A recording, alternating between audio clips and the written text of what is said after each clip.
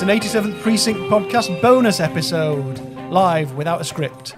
I don't use a script for this bit. That's why it usually goes horribly wrong and you don't hear how many edits I normally have to make to get it to sound like it's flowing all right. This is the bonus episode for our story. Seeing that's what it goes like without a script. This is the bonus episode for the book we've just done, which is He Who Hesitates from 1965, the 19th of the 87th Precinct novels by Ed McBain.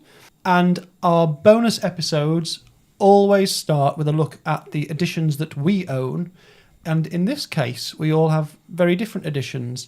So I think we should start with Stevo's edition, because I think it's the most interesting one out of the lot of them, out of many of the ones we've actually seen in our entirety of doing this podcast so far. Do you think so? I think it's pretty cool looking. Well, I do like the pan ones, yeah. So is this the first pan then? Or I don't No, know. it's not the first edition, I don't think. Well, no, I mean, is it the first pan that we've had of any of them? Yes, sorry. It's the Yes, first perhaps it was. one published in pan, albeit So what not... have I got here? Let's have a look in this. The third printing of the pan, 1973. And it cost me £2.50. £2.50. According to this. And I did a bit of huffing earlier, and it doesn't huff that much, but it was a bit musty. So, medium. So medium smell. Medium. There we go. There's a little control one there just to check a bit in. fruity. Front cover of that, though. Yeah, there's a gun pointed at you with a guy with a sovereign ring and a hairy hand and a watch, which has absolutely nothing to do with the story.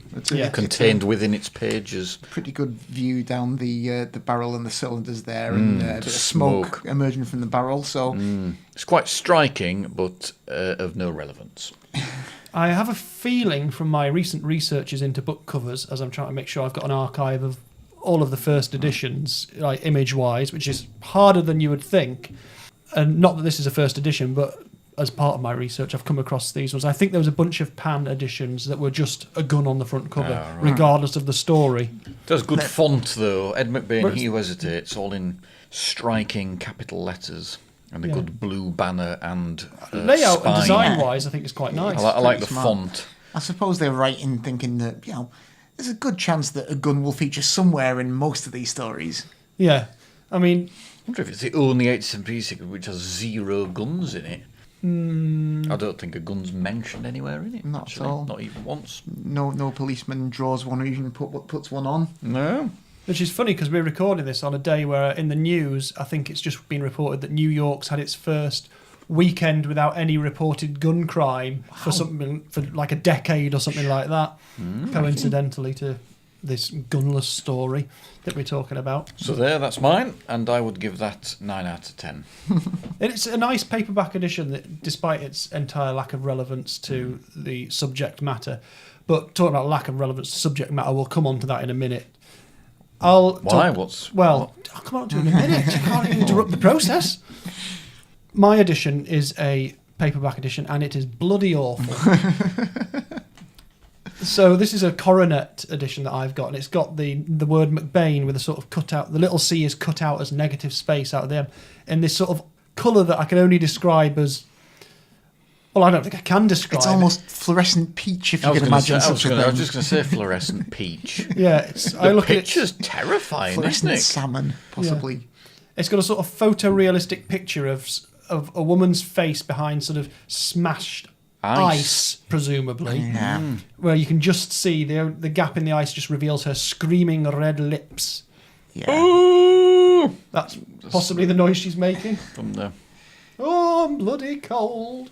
It looks simultaneously quite tacky and also distinctly unappealing. Yeah. Unappealing.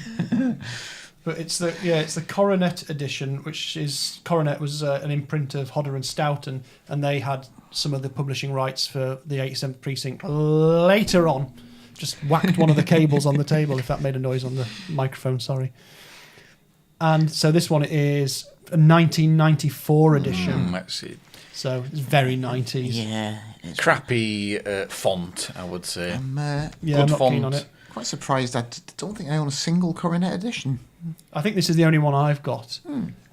And it was originally $5.99. It cost me $1.99 when I bought it, according to the scribble in the top corner. And you know what? Again, I've forgotten to do my research into who it's dedicated to. Not that I can always find out, but it's dedicated to Elaine and Albert Alley, ALEY. So I will try and look that up and see if I can find anything out about it, because sometimes I can. Yeah. There's not a dedication in here. Is there not? Nope. Oh, well, there you go. Nobody. Maybe he later rededicated it as he so did with some other one. there's certainly Morgan's not got a one very mentioned in interesting here. edition. Well, indeed, we'll be seeing a lot of this one over the next few months. So my copy of the book is the first part of the second 87th Precinct Omnibus. How many books are in there? 3. 3. So in order, unlike some omnibus editions I've got. So we do have the next 2 in there as well, which is great. It's from the Book Club Associates. Yeah, British publisher. Indeed. It's a 1975 edition.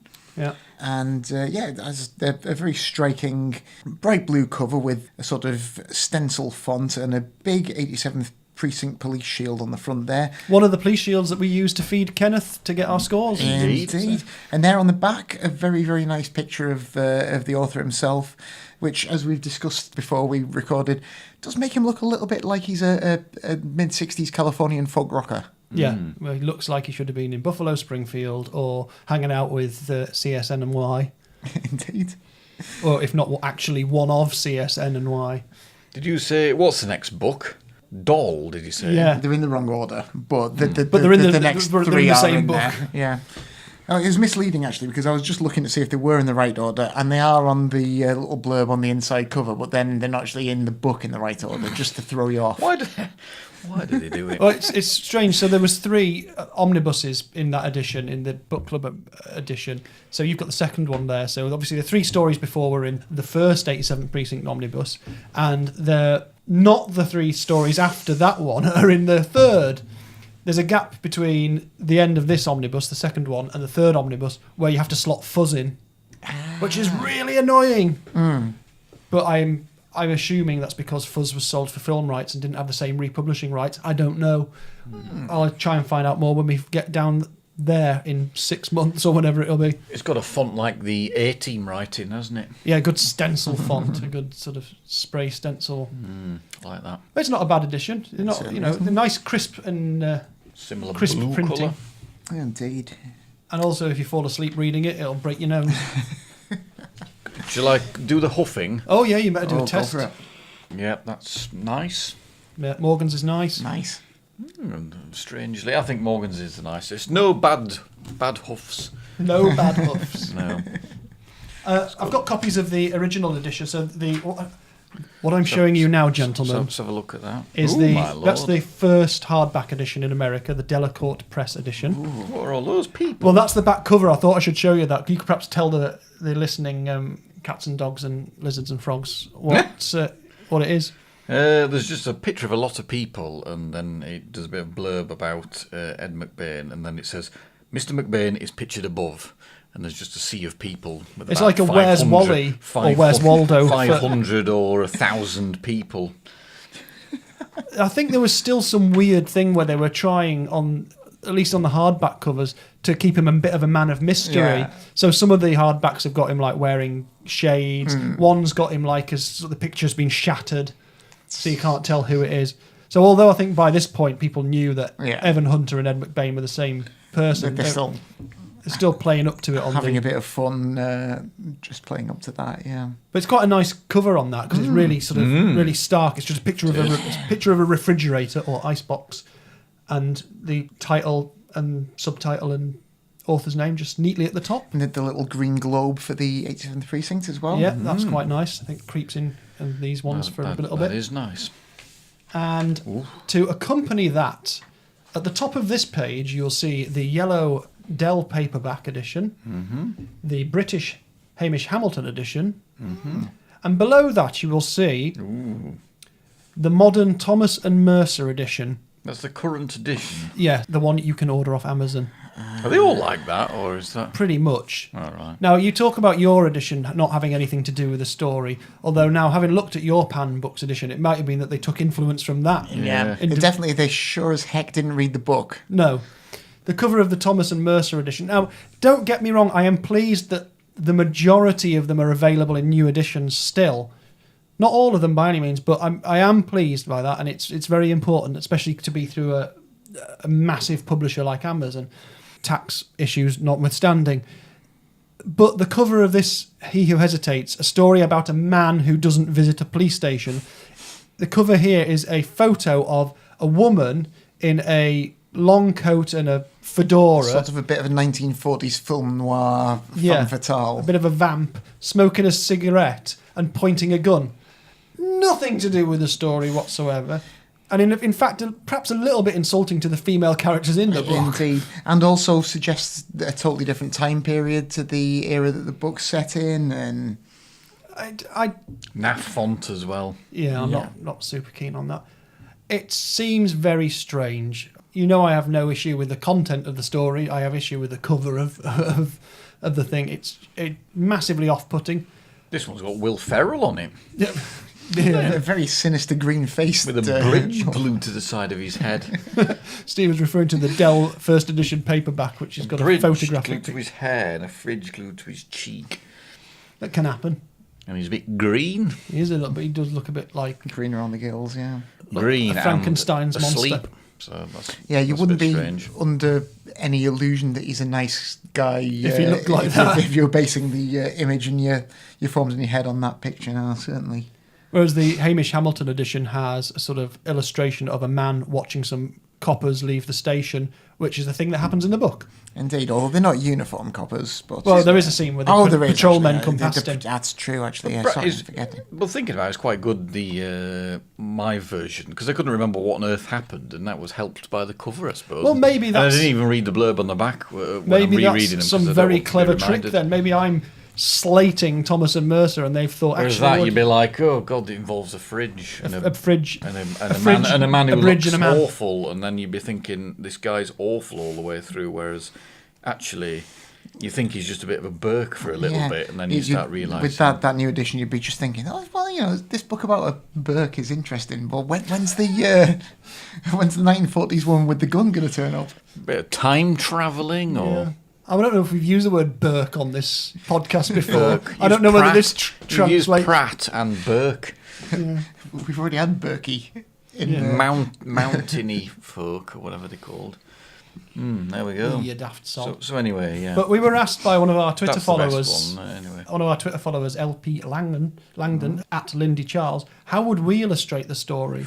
I mean, it is a good question when you ask these things. You either do something really literal, don't you, or you have to come up with something quite conceptual, which I think some of the later conceptual. Some of the Pan editions I think are better than the one you've got there for being a bit conceptual. Some of them are just weird. We'll have to rate our book covers, won't we? Yeah, at some point. But I don't know what I'd do for this. I mean, because it's all about... It's not like it's a story against the clock, is it? No. The ticking clock is irrelevant here. It's about decision he seems quite paralysis. prepared to just faff around forever, doesn't he? Although he needs to get back to his mum. You could, I don't know, could you have a smashed little wooden bowl? I know that doesn't happen, but he does sell little wooden bowls. That's true. A wooden salad bowl with bananas chopped up in it. In the fridge. Yeah. You mustn't put bananas in the refrigerator. In a fridge. With That's a Mrs. Doherty. That could be it. With the landlady pointing at it. Yeah. Accusingly. Somewhere between conceptual and absolutely literal. Bowl of bananas just on the bottom of the fridge because there aren't any shelves in. Well, perhaps you could have the closed fair that they went to. Yes, I was just thinking that actually, because they go to presumably whatever is the equivalent of like, it's Long Island, isn't it? Am I thinking of Coney Island? That's what I'm thinking of. Yeah. Sorry, Americans. Whatever Isola's equivalent of Coney Island is that they go to in February when it's snowing. So maybe you could get something out of that. I don't know. Could, or just a man standing in between two chairs. Yes, you could go down looking a bit perplexed down the French route. So I don't know. We're not graphic designers, but as you might have gathered. Yeah, well, we can spitball these things, and we'll end. I'll just choose a good font. That's all. It makes a big difference. It certainly does. It does make a big difference. That's why a lot of these 90s ones. I'm not levelling this entirely at Coronet books, but upwards rubbish. I'll share these images on our Instagram and Twitter so you can all be horrified or disagree with us or whatever it is yourselves. Anyway, we've had a couple of questions. One of which we were asked a little while ago, but it's because this is coming out near to Halloween, we were asked to think about some horror movie recommendations and in particular haunted house ones, which think me thinking, which my thoughts on haunted houses was I don't know that many haunted house films. There's a handful of classics. Yeah, I think the question referenced the House on Haunted Hill, didn't it? Yeah, which has just otherwise been I would remade as definitely well, have- hasn't it? Ah, I didn't know that. I think it might have just been remade for Netflix or something. So I don't know. I've got an idea of a sort of alternative haunted house. You know, a bit sideways, a bit crazy guys. We'll have to have a little think. Well, one of my personal favourites, as you know, Paul, I do. is Suspiria, which is kind of a haunted guest house, I suppose. In a Haunted ballet school. Yeah. Which is being remade at the moment, and I saw the trailer of last week, and it looks, well, I'm not really sure what I made of it, really. Well, that's the nature with remakes, isn't it? Yeah, It does ask you to remove some of your faith in the original and go in sort of as a... Well, that's a Technicolor classic of So that's- plot depth of 1 millimetre, but very wide in its visual scope and goriness. Famous for its set pieces. So did we all watch that together for the first time at university, do you think? Possibly, I don't know. It's by Dario Argento, the Italian film director, isn't it? It is indeed, yeah. I recall it in our shared house. 1977. We didn't watch it in 1977. No. That would have been that one impossible. was made. Yeah, it was kind of possibly the pinnacle of his career. He made a few decent films after that, but I think you could argue that as a haunted house film. Yeah, It's gory rather than spooky, isn't it? well, I mean, it's pretty spooky. No, I think spooky. It's got very gory moments in, but there's probably not that. There's a few of them, but it's quite a lot of when all the insects are in the loft and going down the corridor where the Chinese matron woman sat, like with some weird things. Oh, she could The see light Stevo's bouncing hand off gestures. things, yeah. The weird things, hand I've gestures, watched pretty it. good. It's about time I watched that again, actually. But, Well, it's nearly Halloween. yeah. We should live up to your An recommendation. amazing soundtrack as well. Who does the soundtrack? for? Goblin. Oh, And yeah. it's, Goblin does the soundtrack. Yeah, and it's absolutely brilliant. Yeah. Very synthy, isn't it? Well, it is synthy, but it's synth with a proper band, though. It's quite sort of Like proper real, not electronic drums, real drums, synth, guitar. rattling prog rock, isn't Yeah, it? Really? Yeah. it is. Yeah. I think that's a It's- good recommendation for an alternative haunted house film, that. Yeah. Morgan, any thoughts? Are we allowed to include films of the not necessarily haunted but possessed house genre? I think we could go with that as well. Beginning with Amityville, but That's also it. the House series from the 80s, which Oh, were yes, kind of goodness me, I've forgotten about very them. corny riff on the Amityville concept. They were always quite fun. So obviously Poltergeist came out, didn't it? And that was a massive hit. And I think House is sort of cashing in on that I a bit. suspect so. Yeah, because they weren't 18 certificates house, were they? They were like more I think level, more sort of like 15-ish. 15-ish, Yeah. They were still sort of a bit like, oh, have you seen House? So this isn't House, the seen medical House drama 7? with Hugh Laurie. Although that would be an interesting crossover. It would be a very interesting crossover. But the Amityville one, I remember seeing that The on first- telly as a kid and being quite... The first proper Amityville movie is actually genuinely pretty good, and then, like everything else, they knocked out Diminishing countless. returns Yeah, and 'Cause it- remakes as well. Because it's like based on a true story in the sense that it's not remotely based on a true story, isn't it? yeah, but that made it much more spooky when I was a kid. I suppose The Shining's a bit of a haunted Haunted hotel. haunted hotel, isn't it? So the way I think of haunted house, if think we of try to haunted- expand the definition to try and incorporate things. Anything but a house is how we're defining a haunted house. A Well, haunted petrol station. Trapped situations is what it is. A haunted petrol scout station. hut. They're all legitimate, I think. There's threat in a petrol station as well, real threat because of Absolutely. the explodings. But no, trapped situations where the characters are trapped is really important, as opposed to pursuit horror movies. Often they're the same thing, but I think like the Halloween films it's pursuit, isn't it? Elm Street's pursuit. It's escape, pursue, destroy, as opposed to Escape. dealing with the mystery of being trapped in a situation. Yeah. Yeah, and of course there's crossover in those things. In terms of that kind of peril with an added massive dose of slapstick, you can't really go too far wrong with Evil Dead 2. That's true. Yeah. There's haunting, gore, and loads of ridiculous physical comedy. Yeah. Very, very good Evil Dead 2. So you can't argue Evil Dead 3, though, for the haunted house thing. Yeah, it's a big house, but... Yeah. Just have an amusing Welsh skeleton in it, as I recall. So the way I've stretched this to almost breaking point is my recommendation for a haunted house horror film is actually a... Carry-on movie. Not a carry-on movie, no. Although you should watch Carry On Screaming, because that is genuinely a very funny horror movie. And out of all of the carry-on films, it's probably one of the best examples of a fun one that's not too leery. Fair enough. Also, Fenella Fielding, who's famously in that, passed away not long ago. Oh, so watch that in tribute to her if you're going to watch any carry-on film at all. Start with Carry On Screaming. But my recommendation, is a time travel thriller, and it's called Time Crimes. Oh, it's tremendous. And I'm What's that arguing, got to do with haunted houses? It's got a house. It's got two particular locations. One is a house where someone's pursuing someone. You don't know what's round a corner. There's a mystery as to what it is that keeps happening. And the other thing is the same thing happening, but in a place with a time machine in it. Well, I have seen it, but I'm struggling to remember. The time loop is only small in it. So Yeah. it's a recursive, and it builds up, and there's layers of people following people and corner of the eye stuff, which is a haunted house trope.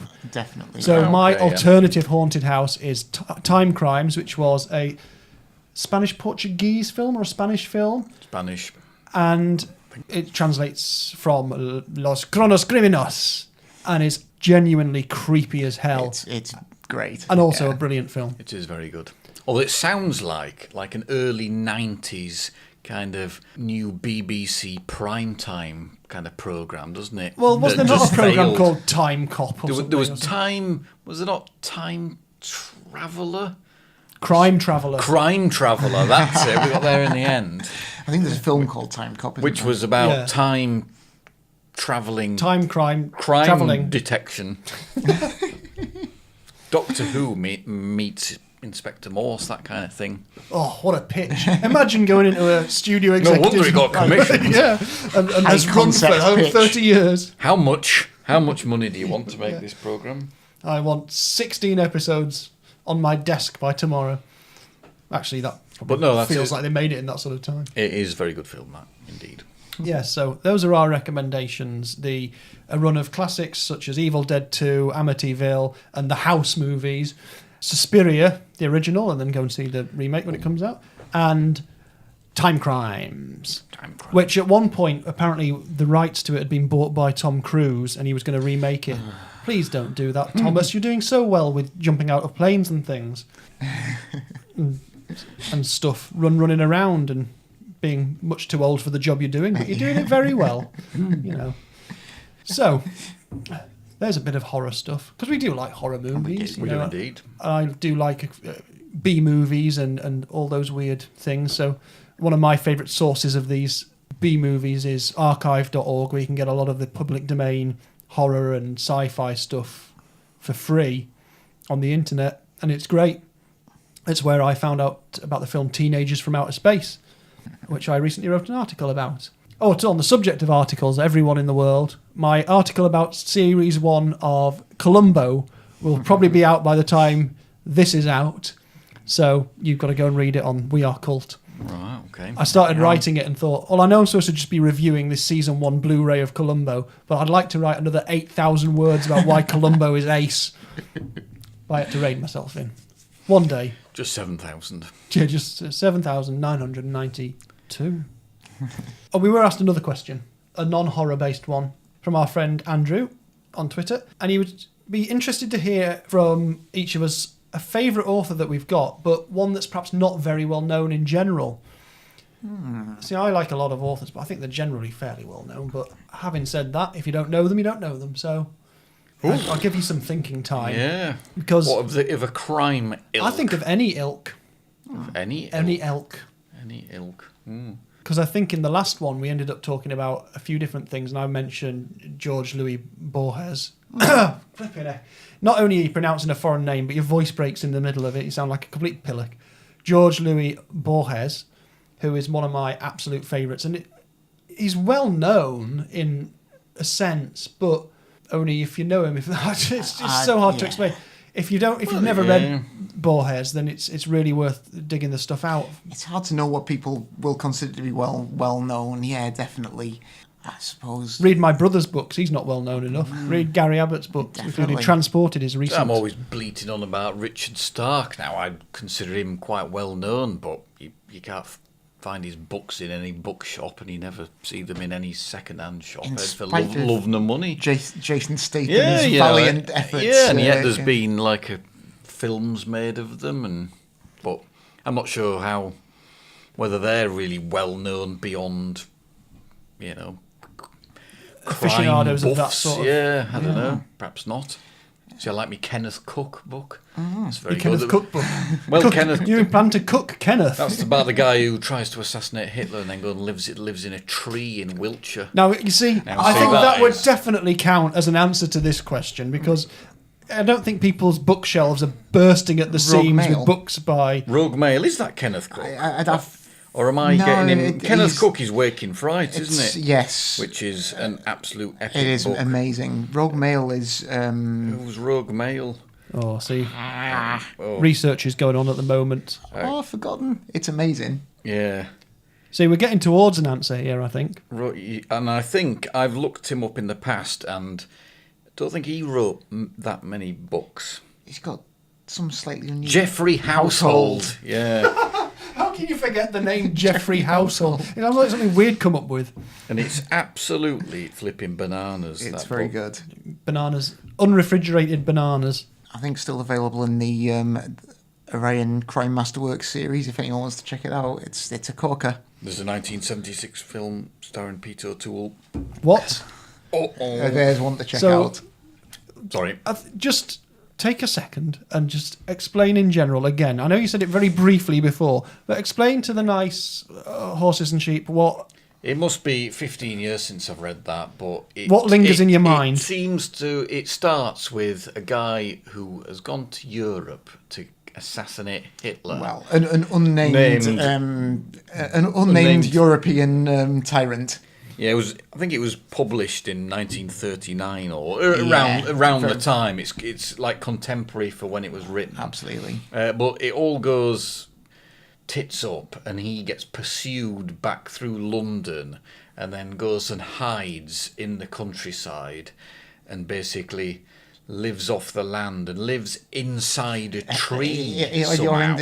Inside a hedgerow or something. Yeah, it's all a bit mad, really, and then it's about him kind of evading his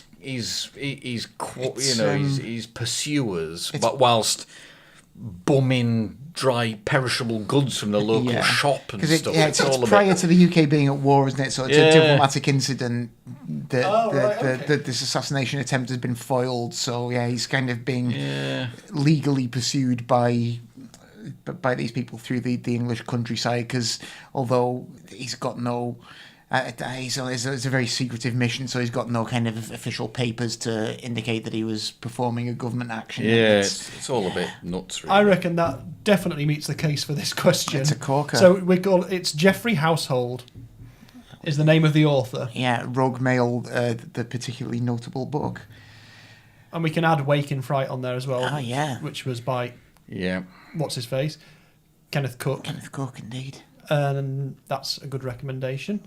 I've given you Borges. Any more? I constantly keep harping on at everyone about Gene Wolfe, who is a tremendous writer in the sort of sci-fi and fantasy idioms, and also the inventor of the machine that Pringles are canned in. The cans Pringles, rather. He invented that. Wow. So a startling resume. That's a fantastic bit of fact. A bit of fact. But, starting with the good fact. Yeah, he's the author of the Book of the New Sun, which is my favourite kind of sci-fi fantasy epic. It's about as far from Tolkien as you can go whilst still kind of being in that genre, but it's quite linguistically interesting, very enigmatic, and also really darkly humorous. It's really good stuff. And if anyone wants to listen to a massively in-depth podcast about it, there is one that goes through it in painstaking detail, chapter by chapter, called Alzabo Soup. Alzabo Soup. Well, we must make sure we link to that. Well worth having a look. Maybe they'll link to us. Yeah. Well, there's some recommendations, isn't there, as well? I'd say as well in crime, although Marjorie Allingham, who I've just been reading recently, is pretty well known. She invented Campion, the character of Campion. Compared to someone like Agatha Christie, she's barely known. Yeah, definitely but overlooked. She's got a really, really important place in certainly the English style of crime writing. A fairly odd style, and it's very enjoyable. A bit more of a challenge than Agatha Christie stuff. In a good way, I think. So that's a good recommendation there as well.